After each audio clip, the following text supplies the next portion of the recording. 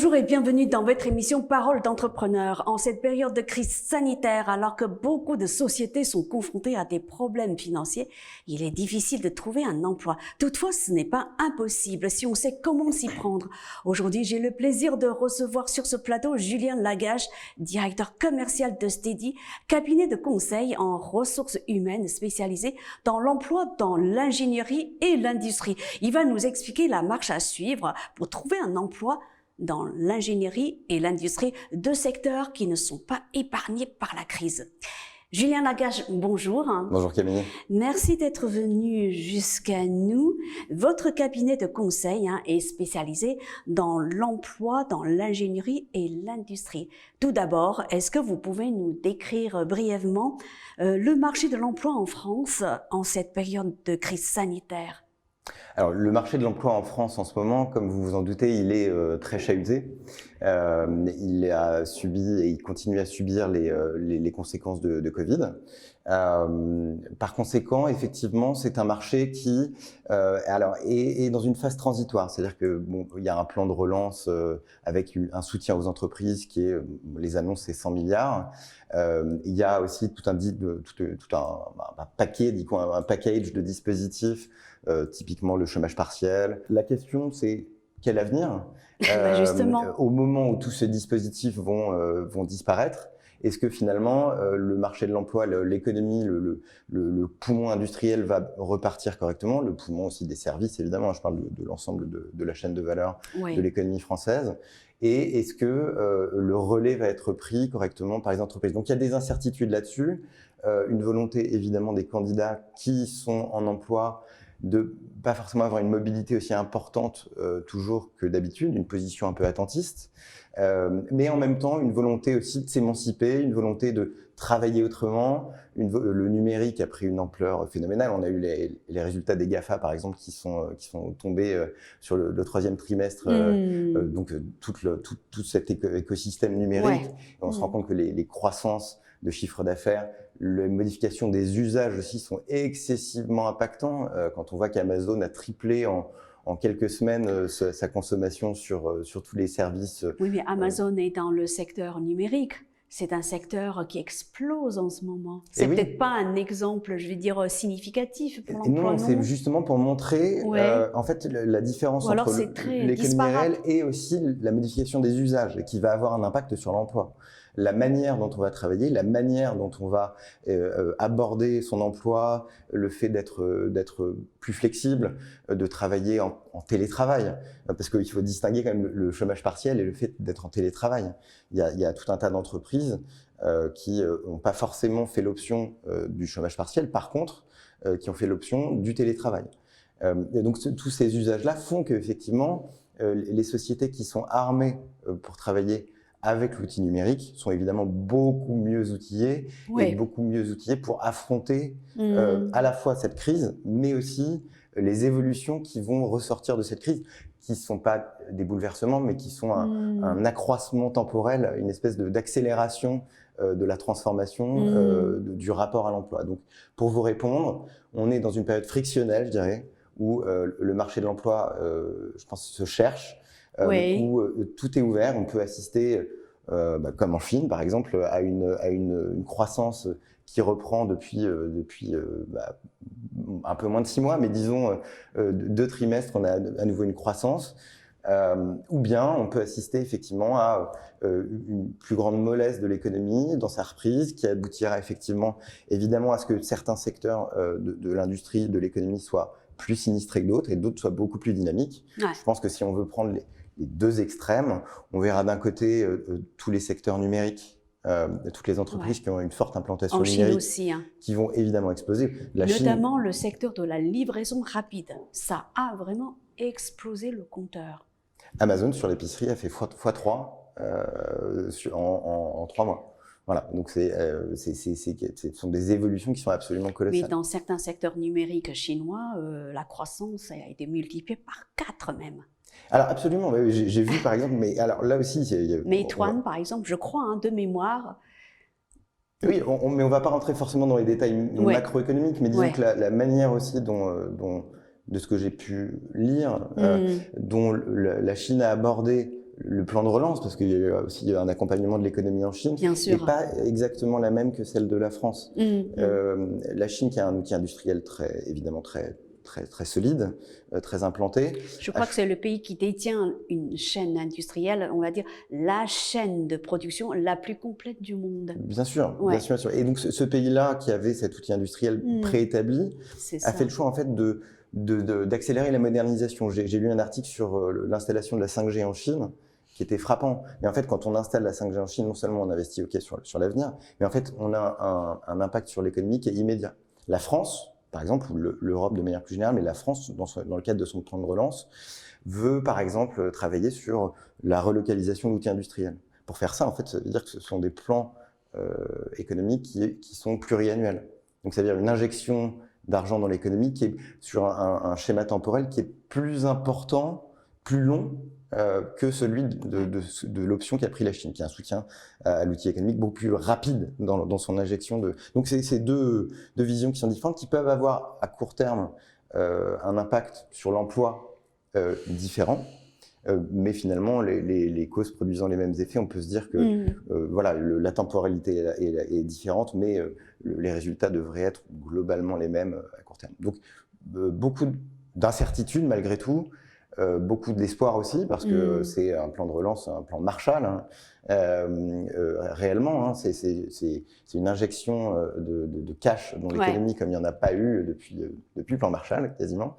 Donc beaucoup d'espoir aussi sur le fait qu'on puisse effectivement bien avoir une croissance de retour, etc. Alors, quel est en particulier le marché de l'emploi en France dans l'ingénierie et l'industrie ?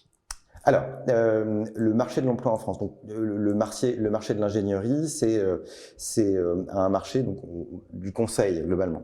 C'est le fait que des sociétés se sont spécialisées pour fournir des spécialistes en prestations, pour fournir des prestations qui leur permettent de répondre à des besoins spécialistes d'ingénieurs, par exemple. C'est ce sur quoi nous Steady, nous travaillons dans le cadre d'entreprises. Et si on veut faire le lien avec votre question précédente, cette crise, par exemple, dans le monde de l'ingénierie, elle n'est pas prise forcément de manière sinistre. C'est-à-dire qu'une entreprise qui a un problème, effectivement, de visibilité sur son marché, c'est une entreprise qui, éventuellement, va être amenée à faire des concessions vis-à-vis de l'emploi. Cela dit, elle a quand même des projets qui doivent être maintenus. Elle a un certain nombre de perspectives stratégiques. Et donc, ce qui se passe mécaniquement sur le marché de l'emploi, typiquement, c'est qu'une entreprise va être éventuellement amenée à se séparer, à faire des plans sociaux, à faire un certain nombre de licenciements, mais à un moment, l'économie redémarre et donc elle doit à nouveau investir. Et elle n'est pas forcément apte à, accroître les coûts fixes sur sa masse salariale, par exemple. Par contre, elle va être amenée, pour investir sur ses projets, à utiliser le monde de l'ingénierie, c'est-à-dire à utiliser des coûts variables, finalement. On utilise on utilise des sociétés de consultants pour effectivement travailler sur les projets stratégiques ou sur des projets d'une entreprise.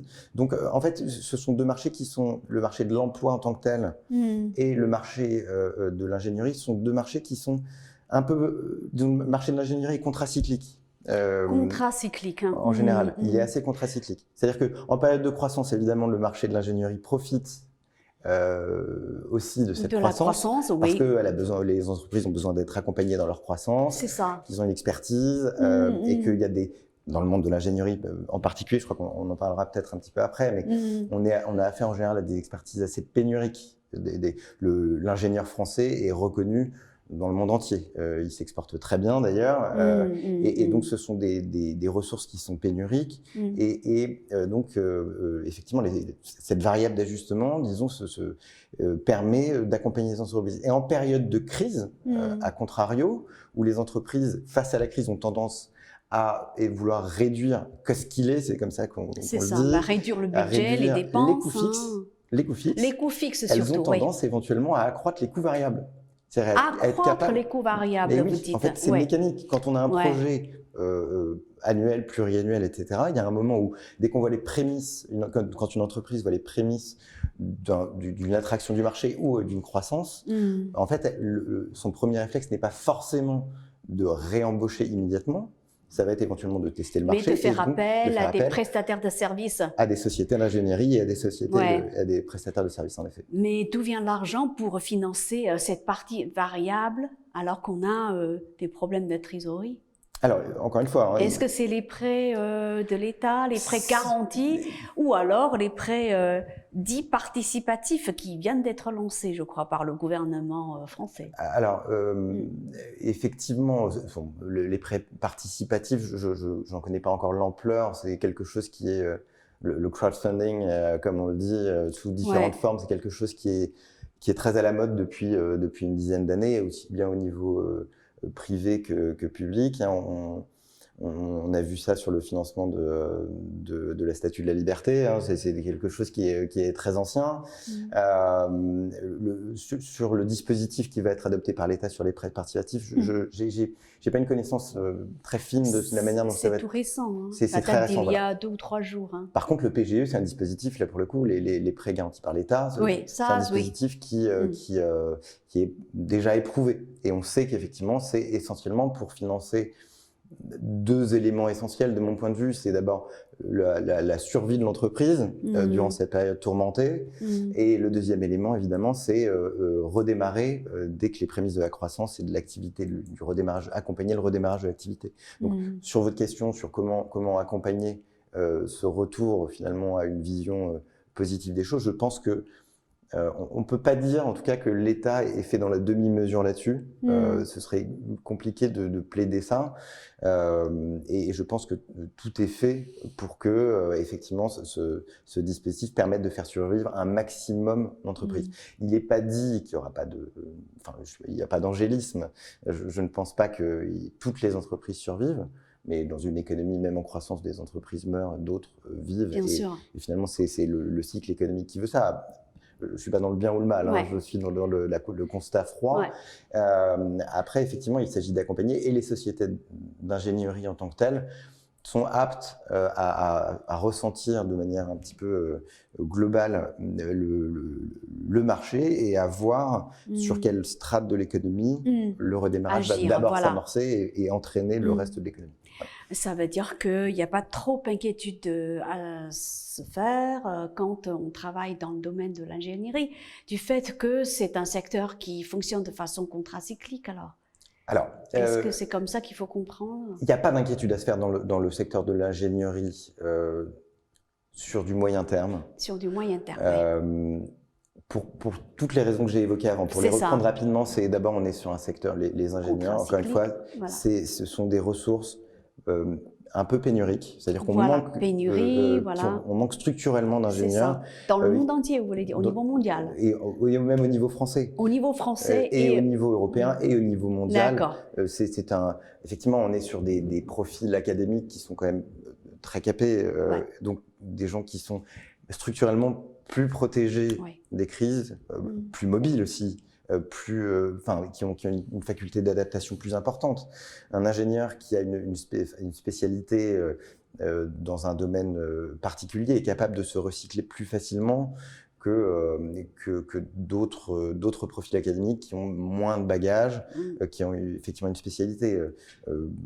Un ingénieur qui est spécialisé... Dont le marché a moins besoin peut-être, non? Je sais pas. Dont le marché, en tout cas, dont le marché peut-être a un peu moins besoin, ou en tout cas sur lequel il y a une offre plus importante à un moment N que la demande. Ça ne veut pas dire pour autant qu'on n'en a pas besoin. Ça veut dire que il y a des moments où effectivement l'outil économique est obligé de s'ajuster de manière macroéconomique, et donc où il y a plus d'offres que de demandes.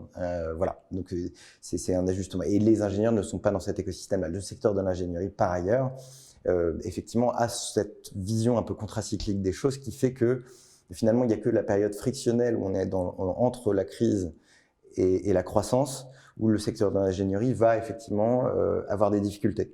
Quand les acteurs économiques ne savent pas exactement comment se positionner, et qu'on est dans une période statique, comme en ce moment par exemple, le secteur de l'ingénierie souffre potentiellement. Mais dès qu'il y aura une tendance qui sera mise en place, alors en général, historiquement, après les choses peuvent évoluer, mais historiquement, l'ingénierie disons, fait son miel de ces environnements. Qu'en est-il de l'industrie alors? Est-ce qu'elle souffre plus que l'ingénierie? L'ingénierie fait partie de l'outil industriel, même si elle a ce rôle contracyclique. Pour parler à proprement parler de l'industrie, là encore une fois, on est dans une période qui est un peu compliquée. On ne peut pas vraiment la schématiser. Il y a une pluralité de secteurs très importante dans le monde de l'industrie.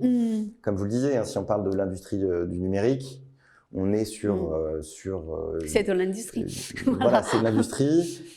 On est sur quelque chose de très dynamique, sur une tendance qui est dynamique. On a vu qu'il y avait des IPO en plein milieu des introductions en bourse qui se sont faites, des levées de fonds records en France aussi d'ailleurs. Donc c'est un secteur qui est très dynamique. Si on veut prendre l'extrême inverse, aéronautique typiquement, effectivement, ou automobile, par exemple. On sait que tous les signaux sont rouges. Donc ça, c'est effectivement le constat en demi-teinte. Après, il y a aussi, et on en revient toujours là, sur cette espèce de poumon industriel, ce plan de 100 milliards qui est très clairement orienté de manière assez massive, de ce que j'ai pu comprendre, sur la réindustrialisation, sur le fait finalement sur certains secteurs de soutenir ou de promouvoir l'industrialisation, et donc ça va forcément avoir un impact stratégique. Une question, quand vous parlez de réindustrialisation, est-ce qu'il s'agit de réindustrialiser sur des segments traditionnels? Qu'est-ce que vous entendez par segment traditionnel? Tout ce qui est manufacturier, par exemple, la fabrication de pièces détachées automobiles, par exemple. D'accord. Plutôt que l'industrie numérique ou le big data ou l'IA, l'intelligence artificielle. On peut parler, je comprends votre question, c'est un petit peu difficile d'y répondre de manière modélique, encore une fois. Par exemple, il y a eu des annonces qui ont été faites sur le fait de vouloir créer des usines de batteries. Donc on est effectivement éventuellement dans le modèle de l'automobile, mais pas le secteur strictement conventionnel, même si par exemple la Zoé est un succès mondial dans le monde automobile. Donc, on est sur l'accompagnement de la transformation de l'économie, aussi bien au niveau digital qu'au niveau de l'industrie plus lourde et traditionnelle. Mais effectivement, il y a toujours, ce qui a été annoncé, je crois, et ce qui a un impact aussi, et ce qui parle beaucoup d'ailleurs à nos consultants chez Steady, c'est le fait que, on a vu ça sur la PAC d'ailleurs, les annonces qui ont été faites hier, on voit ça sur ce plan de réindustrialisation tel que je le vois. Les impacts environnementaux, les impacts sociétaux sont pris en compte. Donc ça veut dire qu'il y a quand même une orientation de l'économie, de la relance de cette industrialisation, de cette réindustrialisation si vous voulez, vers effectivement quelque chose qui n'est pas complètement statique. Donc on accompagne le secteur traditionnel, on aide à sa transformation, ce que j'ai compris, en fonction de critères qui sont, prenons le cas de la PAC, effectivement, le cas de la PAC, c'est aussi favoriser une culture et une manière de procéder plus raisonnée. La PAC, pardon, la politique agricole commune. Donc là aussi, on parle de dispositifs d'accompagnement, d'aide, etc. Donc on peut faire une analogie. Il y a cette inflexion, en tout cas en Europe et en France, qui fait partie, je crois, des bons élèves dans ce domaine, vers des domaines qui sont de l'ordre de la préservation de l'environnement, qui sont de l'ordre de l'industrie et de l'économie raisonnée. Et ça a forcément un impact sur la transformation du paysage industriel tel qu'il est. Alors, de manière concrète, quels sont les besoins précis dans ces deux secteurs alors? Alors, dans le secteur de l'ingénierie, alors je vais au risque de me répéter, mais évidemment, le bouleversement du Covid, globalement, il a amené à ce que beaucoup d'entreprises se posent des questions sur leur transformation digitale. Ça, c'est un fait avéré. Je crois que c'est une tendance lourde.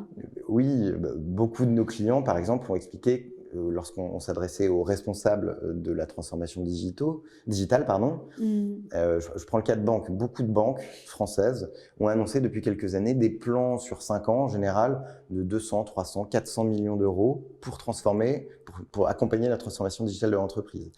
Les interlocuteurs que nous on a en interne dans l'industrie mais aussi dans le secteur bancaire, par exemple, ou assurantiel, ou enfin, de tous ces secteurs-là. Alors qu'ils ont déjà fait, encore une fois, une grande part du chemin de leur point de vue, ont vu leur budget multiplié par 3, par 4, par 5, par 6, de manière très, très tactique, très ponctuelle, pour accélérer.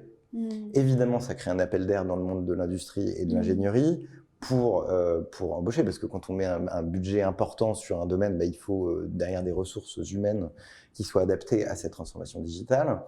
Donc ça, c'est le premier point que je tenais à souligner, à peut-être mettre en premier, parce que c'est finalement quasiment ce qui est le plus frappant en ce moment dans ce qui se fait. Et après, si on parle que du digital, effectivement, on laisse de côté, et on risque même de laisser le sentiment à un certain nombre de gens qu'on les laisse sur le bord du chemin. Donc il faut parler des autres secteurs. Ouais. Sur les autres secteurs, effectivement, sur l'industrie, il y a des besoins qui sont des besoins d'expertise. Dans le logiciel, on continue à avoir... alors là, on ne parle pas du tout du numérique forcément, on parle du développement logiciel, beaucoup de besoins, donc tout ce qui est software, entre guillemets. On parle aussi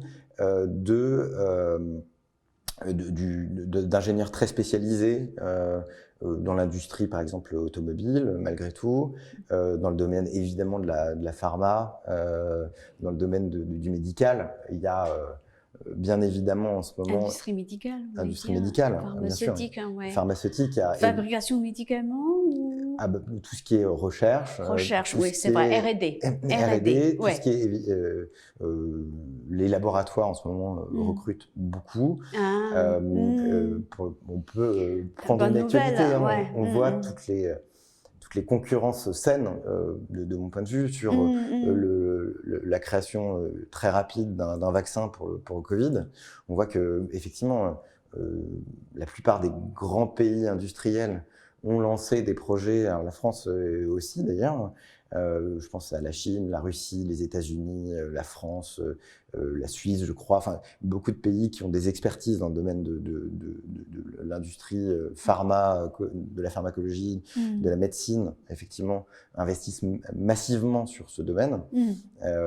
Donc, en effet, c'est un autre domaine qu'on peut mettre en avant en disant il y a aussi beaucoup de choses dans ce domaine-là. Donc, même s'il y a des secteurs effectivement qui à court terme sont plus compliqués, il y a aussi d'autres secteurs qui sont, je dirais pas qui profitent de la crise, mais en tout cas qui profitent de ce nouvel écosystème. Et les ingénieurs, qui encore une fois sont de très bonne qualité en France, hein, vraiment, je pense que ce qu'on peut dire, c'est que la renommée de l'ingénieur français globalement est reconnue dans le monde entier. L'ingénieur français s'exporte très bien, est capable de pivoter, est capable de se réorienter, et donc effectivement, à peu de choses près, il est capable de bien interagir avec son milieu. Petite incise sur ce sujet, ce qu'il faut quand même aussi mettre en avant, moi c'est l'une des incertitudes, à titre personnel, l'un des questionnements que j'ai, c'est dans une perspective où on est pour les entreprises sur un usage qui commence à se modifier vers le télétravail. Oui. Le télétravail, de mon point de vue, nécessite soit un très bon accompagnement, soit une bonne autonomie.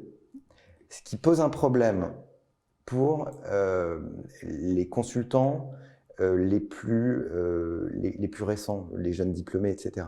On le voit d'ailleurs sur le marché, il y a une tension. Il y a une tension sur le recrutement des jeunes diplômés. Et je ne pense pas forcément... Enfin, d'une part parce qu'il y a alors que, de mon point de vue, ce n'est pas avéré. Ce sont les générations YZ, ce sont les générations du digital native. Et ils savent travailler en autonomie, ils savent travailler avec les outils digitaux beaucoup mieux peut-être que les générations d'avant. Ouais. Mais il y a ce questionnement des managements parfois qui est de dire que est-ce qu'un jeune diplômé est aussi autonome que quelqu'un d'expérimenté, ce qui est une préoccupation légitime. Dans le même temps, je pense qu'il y a aussi pas un défaut, mais disons une faculté des entreprises à devoir accompagner dans l'autonomisation, dans l'appropriation des nouveaux outils digitaux, leurs ressources. Donc il y a ces deux éléments qui font que, et je pense que ça va changer très vite, Parce qu'encore une fois, on va se rendre compte que les jeunes diplômés, par exemple, sont beaucoup plus performants sur le digital et ont beaucoup plus cette volonté, d'ailleurs, de travailler éventuellement en télétravail, etc., que les générations ultérieures.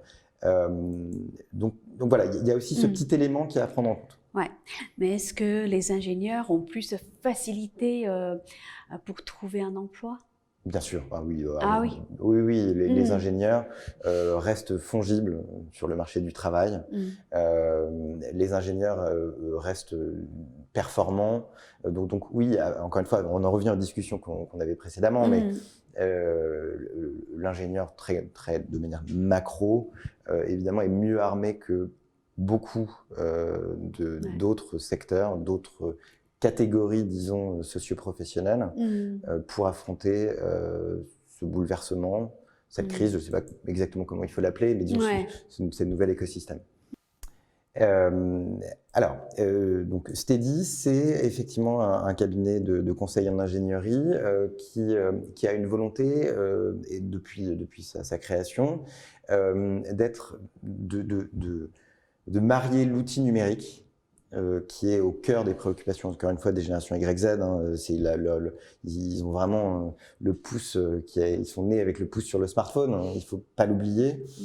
Et en même temps, l'ingénierie plus traditionnelle dans son rapport aux entreprises. Steady fait partie d'un groupe qui s'appelle le groupe Gorgé, qui est une société cotée, qui est une société vraiment de haute performance sur tout ce qui est ingénierie de pointe, tout ce qui est création de drones à vocation civile et militaire, secteur de l'aéronautique, de l'impression 3D, enfin, c'est un écosystème extrêmement performant en termes d'ingénierie de pointe, et qui utilise évidemment des prestataires du type société conseillère en ingénierie. Avec la perception d'un certain nombre d'écueils sur la manière de travailler de ces sociétés d'ingénierie, sur deux points essentiels que sont la motivation, les leviers d'engagement du consultant, et également le partage de la valeur ajoutée, des ressources qui sont faites entre l'entreprise cliente, la société d'ingénierie de manière globale et le consultant. Et donc avec à la fois une attrition importante, c'est-à-dire que les taux de turnover dans le monde de l'ingénierie sont très importantes, et même pour aller plus loin. Quelle raison ? Et même pour aller plus loin, les taux de turnover, c'est-à-dire de consultants qui ne veulent plus être consultants et qui quittent le monde du conseil pour essayer pour rentrer en interne dans des entreprises ou pour créer leur propre activité ou pour toutes sortes de raisons. Alors, pour quelles raisons ? Les raisons sont multiples. On a fait une étude avec Harris Interactive qui traite justement de ces sujets et qui traite en particulier des attentes, de la satisfaction et des leviers d'engagement sur le marché de l'ingénierie des consultants. Ce dont on s'est rendu compte, et c'est aussi l'intuition qui avait été que Lionel Reversa, le président de Steady, avait au moment où il a créé cette société, c'était qu'il y a une insatisfaction qui est croissante du consultant de manière générale au sein de l'ingénierie. Et effectivement, cette étude tend à montrer que 33% des ingénieurs sondés sont effectivement peu satisfaits de leur métier. De leur métier, non pas d'ingénieur, mais de leur métier de consultant. Et il faut faire la part des choses entre les deux. Les raisons, il y en a plusieurs. Si je veux reprendre les raisons essentielles, il y a ce que nous on appelle la souveraineté, c'est-à-dire la faculté à choisir le type de mission dans lesquelles on va intervenir, l'entreprise pour laquelle on va intervenir. Ces sociétés, en particulier les YZ, ont un rapport à l'entreprise qui est passé d'un rapport de subordination, c'est-à-dire d'un rapport de donneur d'ordre stricto sensu aux consultants qui exécutent l'ordre, à un rapport de collaboration. Et donc, dans la mesure où initialement, éventuellement, les sociétés de conseil plus traditionnelles, effectivement, leur disent, en fait, toi, consultant, tu iras dans cette entreprise parce qu'on a trouvé une mission, il y a une rupture de la chaîne de la valeur. Bon, il y a une insatisfaction globale aussi sur les salaires. Là, on en revient sur le partage de la valeur. C'est-à-dire que globalement, une société de conseil classique, c'est une société qui est très verticale, avec des commerciaux qui, d'ailleurs, d'après ce sondage, ont un impact fonctionnel au sein de la mission qui est soit très faible, soit inexistant, soit effectivement important, mais qui prend une part importante de la valeur ajoutée, de la création de valeur financière de la mission. Ce qu'on appelle le taux journalier, par exemple, il en prend une partie. Et donc, ça veut dire que la rémunération du consultant n'est pas forcément celle à laquelle il pourrait avoir droit. Il y a une deuxième partie qui est aussi que le consultant ingénieur, il est, je pense, lassé d'être infantilisé. C'est-à-dire que dans cette construction du conseil classique des années 80, il ne connaît pas forcément son taux journalier, il ne connaît pas le taux de marge de l'entreprise, et finalement, il ne sait pas si son salaire est juste et si le partage de la valeur est juste. Donc, Steady, sa volonté, il y a un dernier élément, juste en le citant en un mot, c'est l'équilibre vie pro, vie perso, qui est quelque chose de plus en plus prégnant et sur lequel on travaille. Donc, Steady, en fait, a cherché à adresser l'ensemble de ces sujets. Steady a créé un outil numérique qui permet de présenter l'entreprise, de présenter les missions sous-jacentes à l'entreprise cliente, et soit de faire en sorte que ce soit le consultant qui se positionne sur la mission. On a une plateforme qui s'appelle steady.io, qui est en fait une plateforme ouverte. Il suffit de créer un profil avec LinkedIn Connect ou de créer un profil dans lequel on peut librement déposer son CV, remplir ses informations, ses prétentions salariales. Steady embauche en CDI, en conseil, et éventuellement sur des profils experts peut faire appel au freelancing, au partage salarial, mais l'essentiel ce sont effectivement des CDI, Steady embauche en CDI.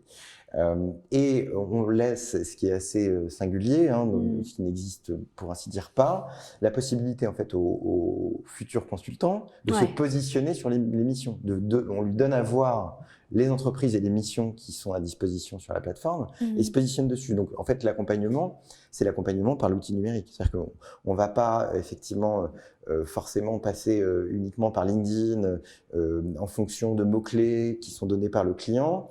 On va lui permettre de présenter sur Internet son profil académique. On l'accompagne aussi sur ce qu'on appelle, nous, les soft skills.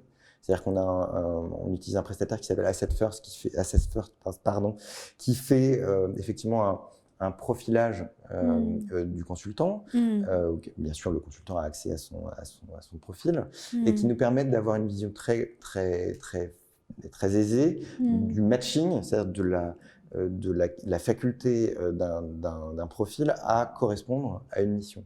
Donc, l'accompagnement de Steady… Donc, les missions sont, on va dire, ce sont des missions données par vos clients, quoi. Les clients disent, voilà, j'ai besoin de tel ou tel profil sur telle ou telle mission.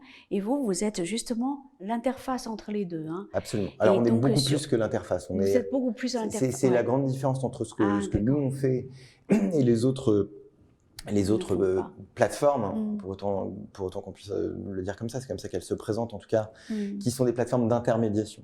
Les plateformes d'intermédiation, c'est, on parlait du crowdfunding, c'est un peu le même principe, c'est je vous présente, je présente en fait les profils et l'entreprise va faire du cherry picking en général en disant je veux rencontrer ce consultant, mais la relation contractuelle, par exemple, va se nouer directement entre le consultant et évidemment le consultant, et sur des modalités contractuelles qui ne sont pas du tout des modalités de CDI, qui sont des modalités de freelancing en général, à 99%. Donc, nous, en fait, on n'est pas dans une logique d'ubérisation, on est effectivement dans une logique de digitalisation, mais on embauche en CDI, mais on sécurise. Les consultants vont aller dans les missions en tant que prestataires et vont répondre à des projets. On fait en sorte que ce soit les consultants qu'on embauche qui se positionnent sur les missions. C'est-à-dire qu'on est dans une logique, ce qu'on a appelé l'empowering, où on redonne le pouvoir au consultant, le pouvoir sur le choix, le pouvoir aussi sur sa rémunération dans une certaine mesure. On lui donne la transparence sur l'ensemble de la chaîne. quel est son taux de marge, quel est son TJM. On fait en sorte que, typiquement sur un CDI, on brise cette chaîne de valeur qui consiste dans une opacité relativement importante. On va appliquer une commission sur les TJM, donc sur les taux journaliers, de 28% sur nos CDI. Ça veut dire que sur un CDI, il y a un salaire fixe pour rentrer un petit peu dans les détails, et que tout ce qui dépassera la rémunération du consultant plus notre taux de marge va être reversé sous forme de prime au consultant. Donc on est vraiment dans une logique de prise en compte des volontés d'émancipation de nos consultants, effectivement, et on l'accompagne là-dessus. Voilà. Dernière question, est-ce que vous auriez des conseils à donner à ceux qui cherchent un emploi dans l'ingénierie et dans l'industrie? Oui, il y en a un certain nombre, effectivement. Il faut... je pense que, bien sûr, les compétences académiques sont primordiales. C'est-à-dire qu'avoir en ingénierie et en industrie, ouais. Un bon diplôme, c'est effectivement un sésame qui est important. On va pas se mentir, ça fait partie des données, surtout peut-être, il y a un tropisme français là-dessus. En Chine aussi, il y a un tropisme là-dessus, beaucoup plus qu'aux États-Unis, je l'ai remarqué. De ce côté-là, les deux pays se ressemblent, hein. Ils regardent beaucoup. Alors oui, on peut dire ça. Et en même temps, aux États-Unis, ils recrutent beaucoup de profils chinois et européens français. Mais à condition qu'ils aient justement des diplômes, on va dire, cotés. C'est compliqué de. C'est pas aussi tranché que ça. Et donc, évidemment, il ne faut pas du tout. Initialement, ce qui est plus important, c'est ça. Maintenant, il y a un deuxième élément maintenant qui commence à être vraiment pris en compte, c'est ce qu'on appelle les soft skills. Les soft skills, c'est le comportemental de l'ingénieur. Sa faculté à matcher avec la quintessence de ce que fait l'entreprise, avec ses valeurs, avec ses équipes. Et c'est quelque chose sur lequel il faut insister, je pense, en particulier lorsqu'on va se présenter. Tout ce qui est d'ordre comportemental, c'est important. Il n'y a pas que les compétences techniques. Il y a aussi la façon de gérer un projet, de travailler en équipe, si j'ai bien compris, n'est-ce pas? Bien sûr, et sa faculté à se rendre accessible à la compréhension d'un éventuel management. C'est ça. Si on reste dans l'abstraction absolue parce qu'on a des compétences académiques qui sont, qui sont incroyables, mais qu'on n'est pas capable de communiquer dessus, de s'adapter, on va avoir effectivement un problème.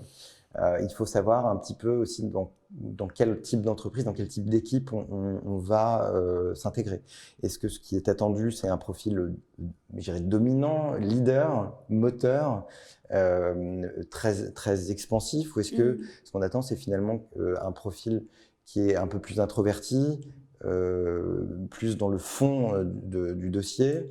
Donc il faut réussir à percevoir ces aspects-là, et ce sont des aspects qui vont éventuellement, surtout à diplôme égal, faire la différence entre deux profils. Je pense que cette ouverture-là aux autres, c'est quelque chose qui, parfois dans le monde de l'ingénierie, alors ça c'est un peu enfoncer des portes ouvertes peut-être, mais cette faculté à communiquer, elle est de plus en plus prise en compte, effectivement. Et à l'inverse, les entreprises, elles, ont tout intérêt effectivement à de plus en plus mettre en avant leurs valeurs, leur culture d'entreprise, leur faculté à intégrer, leur faculté à faire corps, à faire équipe avec le consultant, parce que ça fait partie maintenant des éléments qui vont être réellement très importants dans le choix du consultant et dans son levier d'engagement, c'est-à-dire dans sa motivation pour livrer et donner le meilleur de lui-même dans le cadre d'une mission. Donc, il y a un équilibre qui est en train de se mettre en place et qui avance toujours plus loin. On voit que les générations YZ, typiquement, sont très, très sensibles à tout ce qui est RSE, à tout ce qui est environnemental, tout ce qui est impact social, voilà, à tous ces éléments-là. Et on voit que les entreprises commencent d'ailleurs depuis un moment à les prendre en compte. En effet. Donc, mais ça reste un élément qu'à mon avis, les entreprises, il y a une décorrélation parfois qui est trop importante entre ces éléments-là qui sont un peu sanctuarisés au sein des entreprises et leur faculté à les communiquer dans des phases RH et donc à les mettre en avant et donc avoir une discussion un tout petit peu plus ouverte au-delà des compétences académiques, encore une fois, qui sont cardinales, sur ces aspects-là. Et le rôle de CEDI, c'est aussi éventuellement de pouvoir communiquer auprès des entreprises et surtout que les entreprises puissent communiquer auprès des consultants de manière un peu différente, de mettre en avant certains éléments de manière un petit peu différente pour accroître ces leviers d'engagement.